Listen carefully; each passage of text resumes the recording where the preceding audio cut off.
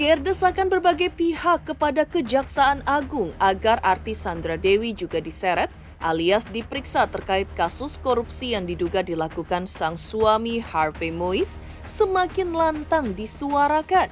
Meskipun hal itu masih menuai pro dan kontra pula.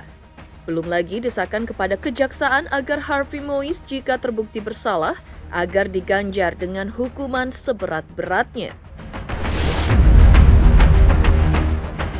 Teranyar, lembaga masyarakat yang menamakan dirinya Pendekar Hukum Pemberantas Korupsi (PHPK) yang kemarin melakukan demonstrasi di depan Kejaksaan Agung Republik Indonesia mendesak pihak Kejaksaan Agung agar segera menerbitkan daftar cekal ke luar negeri terhadap Sandra Dewi. Lantas seperti apa pandangan mantan Wakil Ketua KPK Bambang Wijoyanto terhadap kasus mega skandal korupsi yang diduga dilakukan Harvey Moise dan kawan-kawan tersebut? Apa pula yang membuat dua pengacara senior Otto Hasibuan dan Kamarudin Simanjuntak mengutarakan pendapat yang kontras terkait status Sandra Dewi dalam kasus sang suami Harvey Moise? Lalu apa pula yang membuat sahabat Sandra Dewi yaitu Delon menyebut kasus korupsi komoditas timah di kampung halamannya itu sebagai crazy? Pemirsa, bersama Intens Investigasi, kami hadirkan kabar terkini, terpercaya dan teraktual. Tetapi sebelumnya, jangan lupa untuk like, subscribe, dan juga share channel YouTube ini.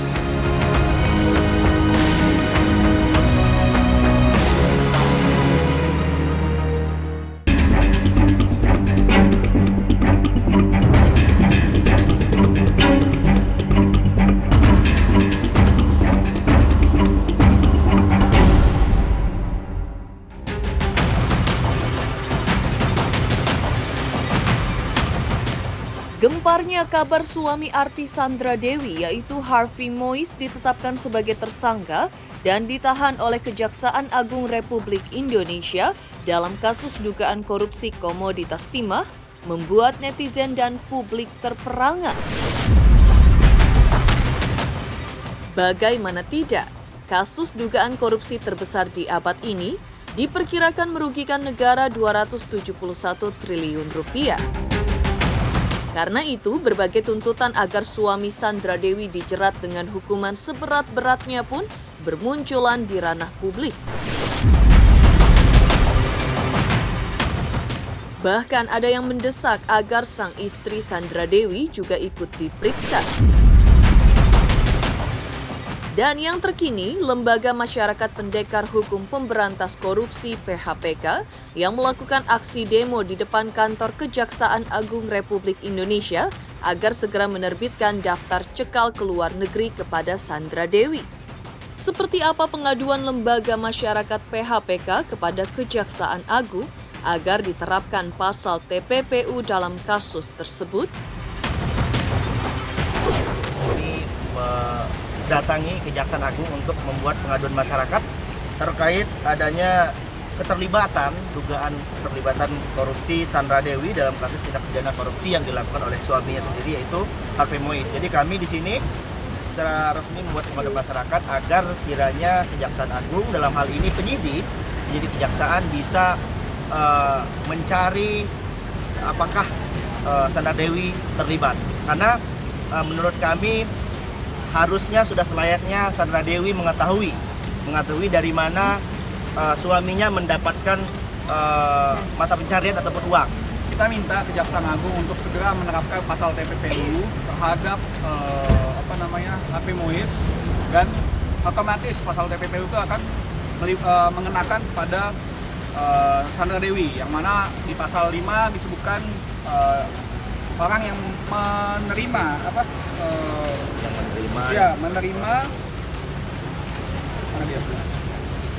menerima aliran dana yang diduga dari hasil tindak pidana itu dia bisa terancam hukuman penjara pidana selama 5 tahun dan denda 1 miliar. Jadi sudah selayaknya kalau kami pandang bahwa kejaksaan harus sesegera mungkin untuk menerapkan pasal TPPU ini. Jadi maksud dan tujuan kami datang ke sini, kami ini sebagai anggota masyarakat yang merasa dirugikan. Karena apa?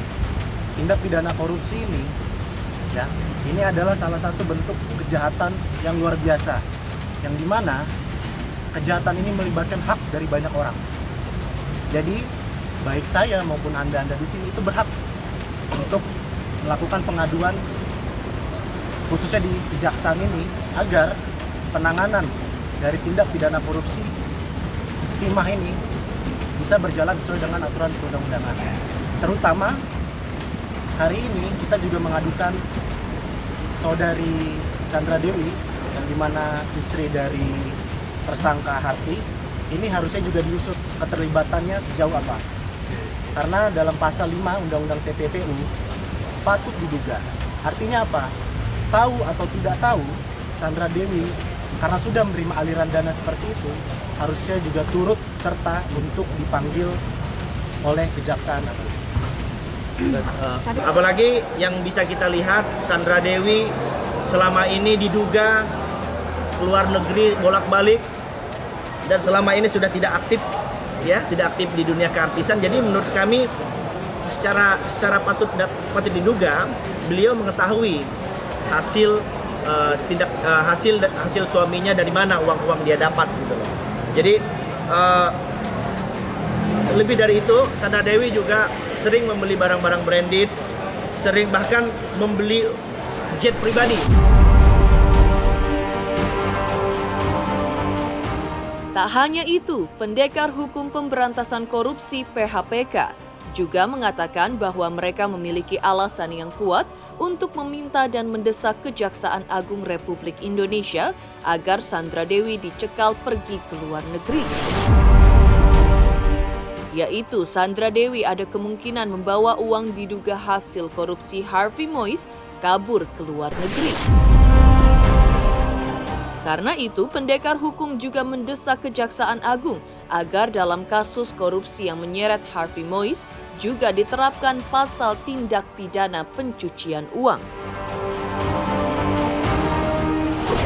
Dicekal karena urgensinya dia bisa saja lari ke luar negeri membawa sisa-sisa hasil pencucian uang yang dilakukan oleh suaminya, si Harvey Mois ya. Jadi kami meminta supaya sesegera mungkin Kejaksaan Agung untuk segera menerapkan pasal pencucian uang terhadap semua pelaku korupsi yang sangat fantastis ini. 271 triliun ya. Itu kalau dibagi sama jumlah penduduk Indonesia, itu per orang sampai anak bayi pun itu bisa mendapatkan sekitar 1 juta. Barusan saya cek, penduduk Bangka Belitung itu hanya 2,7 juta orang. Bayangkan 271 triliun itu kalau dibagi ke semua penduduk Bangka Belitung itu bisa dapat 100 juta per orang itu.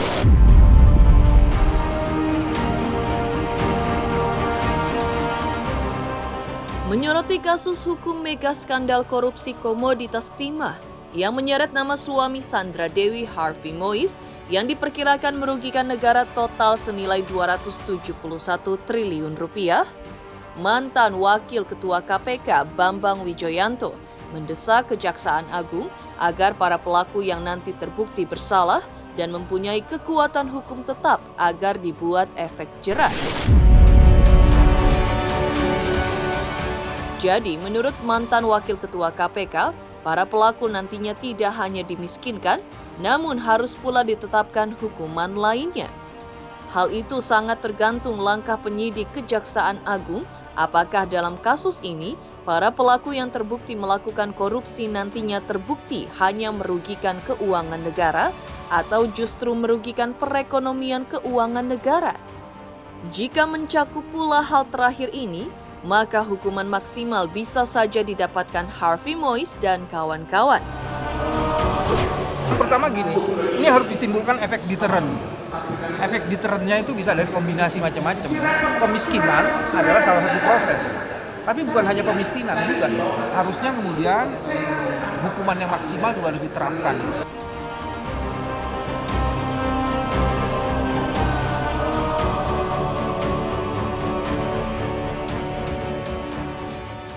kita terlalu pagi sih untuk nyimpulin Sandra Dewi terkait itu. Tapi kalau mau menuju ke arah sana, maka intinya adalah TPPU.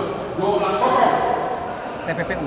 Nah, TPPU ini jadi penting untuk melihat lebih lanjut. Hukumannya, waduh, menurut saya sih dilihat aja. Karena di sini ada perkembangan, karena apakah ini sekedar merugikan keuangan negara atau perekonomian keuangan negara. Kalau merugikan perekonomian keuangan negara, maka sanksinya pasti harus diberikan.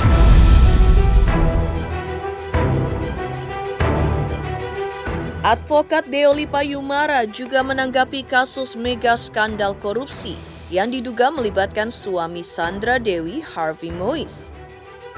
Menurut Deolipa, Harvey selain bisa dijerat dengan Undang-Undang Tindak Pidana Korupsi, Tipikor, juga bisa dengan Undang-Undang Tindak Pidana Pencucian Uang, TPPU. Tidak hanya itu, menurutnya istri Harvey yaitu Sandra Dewi juga dinilainya berpotensi besar untuk ditetapkan sebagai tersangka oleh Kejagung. Karena menurut Deolipa, minimal Sandra Dewi juga mendapatkan dana diduga dari hasil korupsi yang diduga dilakukan Harvey Moise cukup besar. Sandra Dewi selaku istri juga tahu asal-usul uang penghasilan suaminya. Karena itu, Deolipa sepakat kalau aset dan uang milik mereka disita negara sebagai langkah negara memiskinkan keduanya. Harvey Moise ya, terjerat korupsi. Sebenarnya bukan korupsi deh itu, selain korupsi juga kan illegal mining ya. Jadi namanya illegal mining perampokan aset-aset negara oleh mereka lah ya. Jadi macam-macam tuh pidananya tuh dia tuh. Tapi ya sudah, dia akan tersangka melakukan tindak pidana korupsi dan sekaligus illegal mining. Ini hukumannya berat-berat semua. Illegal mining berat, kemudian TPPU berat, korupsi juga berat. Jadi kalau dikumulatif berat sekali nih. Bisa-bisa hukuman seumur hidup nyampe nih gitu. Cuma rata-rata yang dipakai tindak pidana korupsi kan. Bisa 15 tahun, bisa 12 tahun ke atas bisa nih. Tapi berat itu udah pasti. Begitu. Kalau si tersangkanya gitu. Dan terbukti di pengadilan ya, pasti hukumnya berat. Bisa, sangat bisa sekali kalau mau dikejar ke Sandra Dewinya. Kenapa? Karena dia kan suami istri. Hartanya yang didapat adalah harta bersama. Potensi transferan ada. Ketika transferan uang itu namanya tindak pidana pencucian uang kan. Kemudian uangnya buat beli apa? Beli aset apa-apa atas nama siapa? Sehingga potensi terjerat pidana sangat tinggi sekali buat Sandra Dewi sebagai tersangka. Artinya paling nggak dia menampung atau setidak-tidaknya dia mengetahui kalau suaminya itu melakukan suatu tindak pidana dan dia diam saja. Jadi potensi terjeratnya bisa ini. Sandra Dewi hartanya tentunya kalau orang korupsi tentunya hartanya diambil negara. Pada kedepannya nanti disita oleh negara sehingga otomatis kalau hartanya banyak dan semua itu adalah hasil korupsi ya diambil negara semua. Ketika diambil negara, otomatis si pemilik awalnya menjadi miskin, menjadi nggak punya apa-apa. Bisa terjadi jadi miskin ini. Nah, termasuk Mbak Sandra Dewi bisa jadi miskin dia. Ya tampaknya glamornya dia ini glamor yang bermasalah.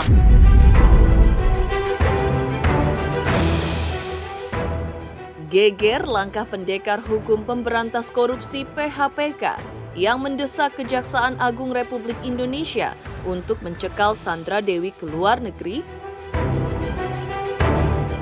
Lantas, seperti apa pula kontrasnya pandangan Otto Hasibuan dan Kamarudin Simanjuntak terkait status Sandra Dewi di hadapan kasus hukum suaminya Harvey Moise?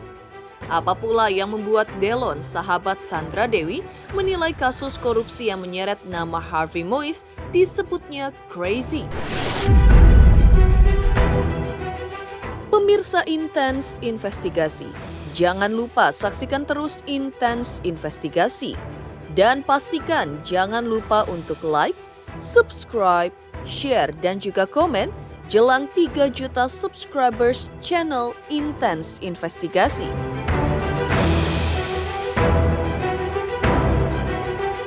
Halo, saya King Saiful Jamil. Jangan lupa saksikan Intens.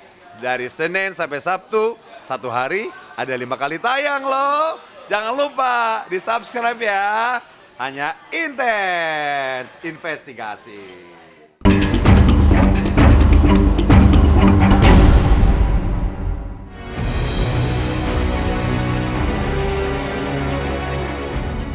Menanggapi mega skandal korupsi suami Sandra Dewi yaitu Harvey Mois, dua advokat senior Otto Hasibuan dan Kamarudin Simanjuntak memiliki dua pendapat yang kontras. Menurut Otto Hasibuan, Sandra Dewi selaku istri Harvey Mois tidak bisa diseret dalam kasus suaminya, kecuali kalau ada terbukti nyata keterlibatan Sandra Dewi seperti kerjasama atau menerima dan mentransfer uang diduga hasil korupsi tersebut. Sementara itu, Kamarudin Simanjuntak meminta pihak Kejaksaan Agung agar turut memeriksa Sandra Dewi selaku istri Harvey Mois. Sebab selaku istri, seharusnya ia tahu sumber pendapatan suaminya dan meminta Kejagung agar dimiskinkan Harvey dan Sandra Dewi. Tergantunglah, kita tidak bisa menduga-duga ya. Kita terlalu dini kalau kita tuduh istri ikut, karena kadang-kadang kan istri itu kan juga nggak tahu menahu soal apa yang dikerjakan suami kan.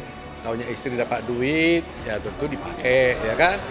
Ya dia tergantung apakah sejauh mana. Kalau semua istri bisa dikenakan, ya kasihan dong istri-istri Indonesia. Suami korupsi, dimakan sama istri, anak ikut-ikutan, hancur juga kan. Kalau dengan suami istri saya kira sulit sekali ya, kecuali ada niat, ada kerjasama ya. Tapi kalau dia seorang istri, ibu rumah tangga, kemudian ada uang datang gitu ya, dikasih suaminya pada dia nggak ikut-ikutan berbuat secara langsung dalam peristiwa itu, ya mestinya agak jauh ya menurut saya. Kecuali ada bukti nyata dia ikut-ikutan, terima uang, transfer sana, transfer sini ya. Makanya harus dilihat lah, biar nanti Kejaksaan akan melihat ya. Apakah betul-betul itu kerjasamanya atau karena dia sebagai istri, suami bawa, kasih uang ya dia pakai. Kan begitu aja kan? Kan nggak ada yang tahu. Jadi saya nggak berani menuduh ya, nanti kita jolim ya. Jadi kita lihat dulu masalah yang sebenarnya. Harusnya begitu. Jadi istrinya, suaminya, harus diperiksa. Kemudian juga orang tuanya, ayah ibunya, kakak adiknya, kemudian anak-anaknya, sama iparnya semua harus diperiksa. Karena termasuk kroninya, karena bisa saja mereka itu sudah diantisipasi ke situ. Bahkan misalnya pejabat-pejabat itu cenderung dia kalau membeli sesuatu, katakanlah berupa rumah, dia tidak dibalik nama dulu, misalnya PPJB dulu gitu loh. PPJB selama 5 tahun, 10 tahun, udah pensiun baru balik nama gitu loh. Itu kan kejahatan gitu loh,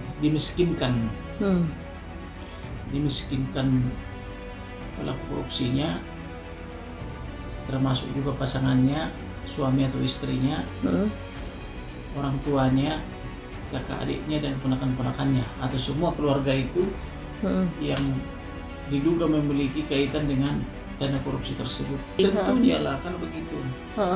Apalagi dia istrinya artis atau suaminya artis misalnya.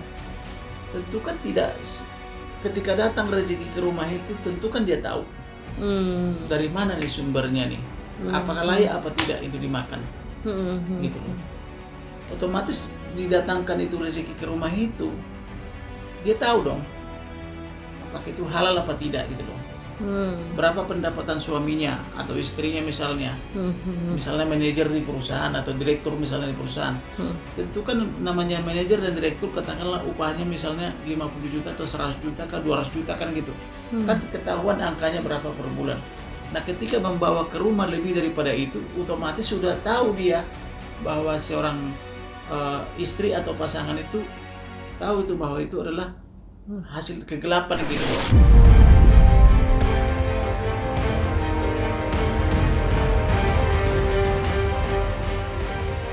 Seorang sahabat Sandra Dewi, yaitu Delon, juga memberikan tanggapannya atas kasus yang menimpa suami Sandra Dewi atas kasus dugaan mega skandal korupsi komoditas timah di kampung halaman ibunda Delon. Menurut Delon, Bangka memang menjadi tempat tambang timah terbesar di Indonesia dan korupsi yang diduga terjadi kali ini sangat besar nilainya, bahkan disebutnya crazy. Namun sebagai sahabat Sandra Dewi, Delon mendoakan terbaik untuk Sandra Dewi dan suaminya. Jika bersalah dihukum sesuai porsinya, jika pun tidak, hendaknya dibebaskan dan dipulihkan nama baik mereka. Sebagai teman yang ya pokoknya gimana ya, bisa dibilang doain yang terbaik aja untuk mereka gitu. Kalau misalkan mereka bersalah ya pasti ada hukuman. Kalau nggak bersalah ya itu ya nggak bersalah. Maksudnya ya gimana ya, bisa dibilang tuh ya mendoakan yang terbaik aja lah gitulah. Aku nggak mau komen banyak-banyak ya, takut salah komen aku nanti. Ya itu dia, kalau misalkan merasa bersalah ya kita ikutin aja hukumnya seperti apa gitu. Kan aku kan pokoknya sebagai teman sekali lagi mendukung doa aja yang terbaik. Aku justru nggak terlalu nyimak ya IG-nya dia, karena memang aku ya nyimak waktu dia wedding aja waktu dulu kan, weddingnya di Disneyland gitu. Terus after that dia udah bahagia, ya udah sebagai teman kan doain yang terbaik, dia langgeng, punya bahagia, punya anak, ya ternyata punya anak 2. That's it ya, paling interaksinya cuma setahun sekali yang seperti aku bilang. Itu sebenarnya itu juga pulau kita juga ya, pulau mamaku, pulau mama Sandra Dewi juga kan, Pulau Bangka gitu. Ya ini memang timah terbesar tuh adanya di sana kan menurut aku. Ngeri nggak ngeri ya kalau misalkan ya itu legal apa dan sebagainya, mungkin nggak ngeri. Ya gila sih, gila ya, gede banget.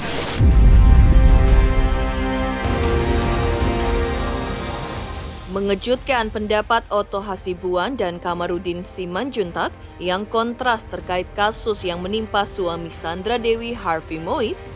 Lantas seperti apa peneropongan Denny Darko atas kondisi Sandra Dewi terkini? Pemirsa Intens Investigasi, jangan lupa saksikan terus Intens Investigasi. Dan pastikan jangan lupa untuk like, subscribe, share, dan juga komen jelang 3 juta subscribers channel Intens Investigasi.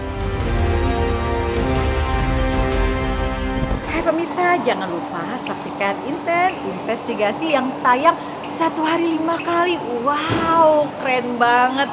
Jangan lupa ya di like, di subscribe, dan di komen. Pokoknya keren banget buat Intens.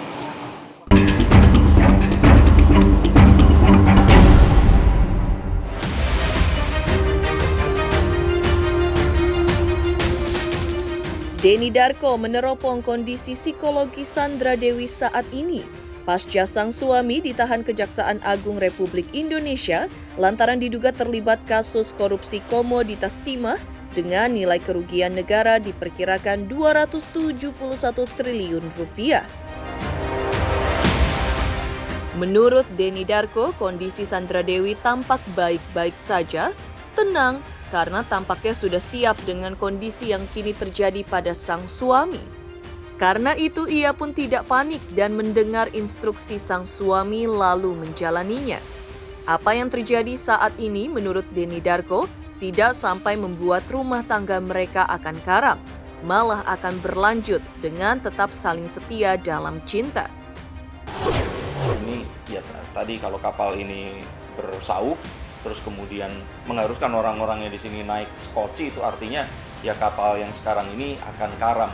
Tapi kan kita nggak tahu di garasi mereka ada kapal lagi atau enggak. Dan mereka akan bisa mengarungi lautan lagi dalam waktu dekat atau seperti apa. Kita akan cari tahu. Dia masih berpegang teguh kepada apa yang saya lihat, dugaan saya ini itu tadi. Jadi kayak misalkan naik kapal besar, terus kemudian terjadi sebuah kecelakaan, naik skoci, ada instruksinya harus ngapain aja di skoci itu. Nah Sandra saya pikir masih membaca instruksinya dengan tenang, mengikuti ini semua. Dan kalau saya kira sih dia seorang istri yang juga taat. Dan dia kalau saya pikir nggak sepanik yang orang se-Indonesia yang difikirkan. Lo semua panik karena kan nggak pernah nikah di Disneyland, punya mobil yang mewah, dibeliin jet, ya kan? Kalian panik. Sandra Dewi saya pikir, dugaan saya ya, itu tadi dia tahu bahwa oh ya ini sesuatu yang sepertinya memungkinkan untuk terjadi, dan dia sudah menyiapkan untuk itu. Memungkinkan ini nggak terus artinya tahu bahwa melanggar hukum ya, karena kalau tahu seharusnya dia akan melapor ya. Tapi bisa saja dia taunya adalah oh ini persaingan bisnis, dan persaingan bisnis kelas atas ya serangannya akan seperti ini. Saya kira sih dugaan saya di sini ya mereka menganggapnya ini worth it lah. Misalkan kalian di penjara 5 tahun keluar tapi ada uang sekian ratus triliun menanti, mau nggak? ada nggak pekerjaan yang kita akan dapat uang nanti setelah keluar dari penjara uangnya bisa menanti. Makanya saya sangat mengurgensikan untuk kepada ya terutama DPR RI dan juga Pak Jokowi untuk terus melanjutkan pembahasan dan pengesahan tentang undang-undang perampasan aset, karena kalau nggak ada seperti itu semua orang akan berpikir ya udahlah nggak apa-apa kita curang, kita ikuti. Kalau curang memang harus dikurung dulu selama sekian tahun, tapi setelah itu kan dugaannya bisa menikmati apapun yang mereka dapatkan hasil kejahatan mereka, kecuali kalau terus kemudian semuanya diambil, nggak akan cerai. Jadi akan tetap baik-baik saja, akan tetap ya ini mungkin kalau diceritakan princess kan Cinderella ketemu pangeran, terus kemudian mereka itu bertukar sepatu, terus kemudian sepatunya hilang, pangerannya nyari akhirnya ketemu. Kalau saya pikir ya itu kan buku ceritanya selesai sampai mereka akhirnya menikah. Nah, saya pikir masih ada buku yang kedua, ceritanya misalkan ada kejadian ini, yang mana itu juga bukan cerita terakhir. Kalau saya pikir ada buku cerita ketiga yang nanti akhirnya Cinderella-nya ya happily ever after hingga tua dan